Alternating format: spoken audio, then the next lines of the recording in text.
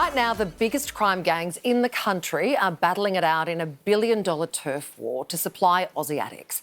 But it's not over cocaine or meth, it's tobacco. The war, which started in Melbourne, is now set to sweep through Sydney. Where there's smoke, there's fire. Contract killings, a plot to desecrate a grave, more than 60 tobacco shops firebombed in just over a year. In Melbourne, the so-called tobacco wars are reaching boiling point. Rival underworld gangs locked in a violent battle for the control of the billion-dollar illicit tobacco trade. Money is the prime motivation. It could be valued up to $200 million a week that these crime gangs are making. Dubbed earn or burn, tobacco stores are coerced by the crime gangs to sell illegally imported cigarettes. If the store owner doesn't comply, their shops are torched. It started with a rival crime gang wanting to muscle in. A previous player had control of most of the market in Melbourne and was flying under the radar. So it's an old-fashioned turf war. Now, the tobacco wars playing out in Victoria are crossing state lines.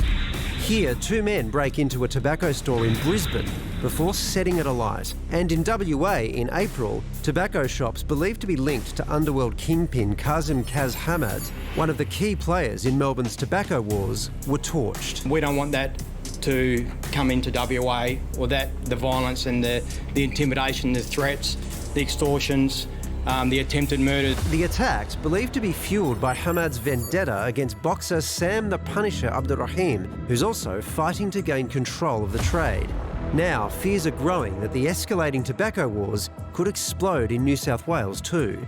The Punisher, photographed with major Sydney crime figure Muhammad Little Crazy Hamzi in Bali, as across the state, police seize illegal cigarettes and vapes almost daily.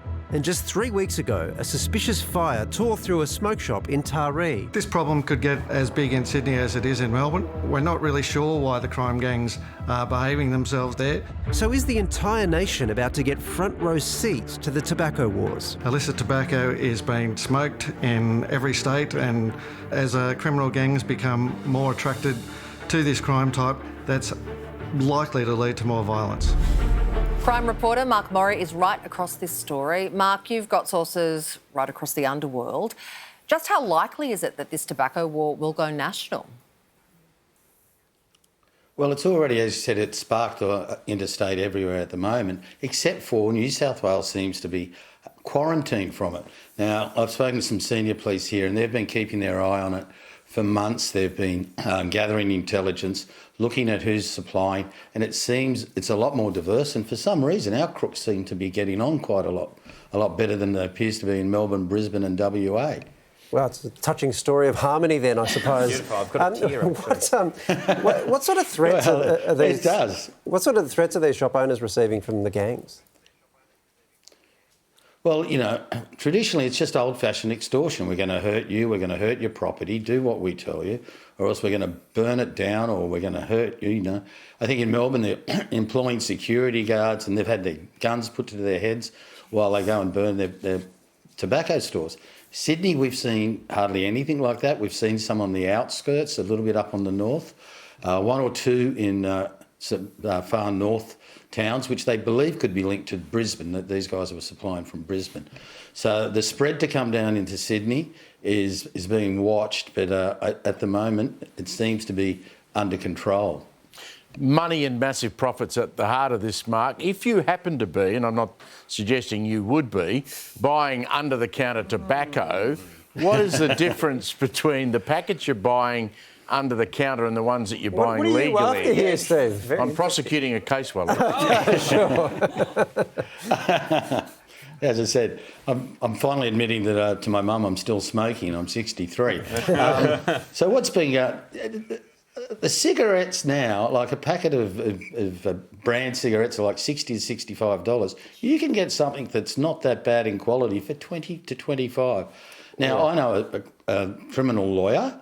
He's told me he's saving... He was the one that actually sent me a photo of the packets he's got. He says he's saving 10 grand a year because he's a pack-a-day smoker. Another retired former cop who actually used to lock up people who were getting away with not paying their taxes or doing drugs and things like that. He's also doing it. He just said the difference, it's too hard to resist. I mean, the difference is phenomenal. You know, that's $40 a packet, $30 a packet minimum. The tax on it's $36 on those packets at $60, $65. Now you're paying less outright for, illegal cigarettes is the wrong word according to my lawyer and the cop who's buying them, because they're saying smoking's legal. It's the guys who don't pay the tax, so they're not breaking the law as far as they're concerned. Maybe give it up. Yeah, I know. Mark, so anyway, look, I'd love to.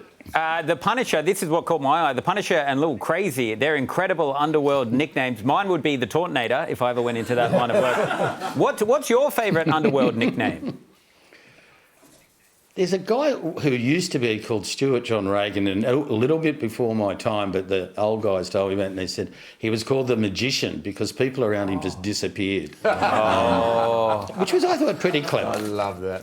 Yeah, might start calling him Moz the Boz. What do you reckon? Yeah. What's the Mark boss? Morri. I'm scared. What's the boss? Mark Morri, thanks for your time. Yeah. Get off the darts. Okay, thanks very much.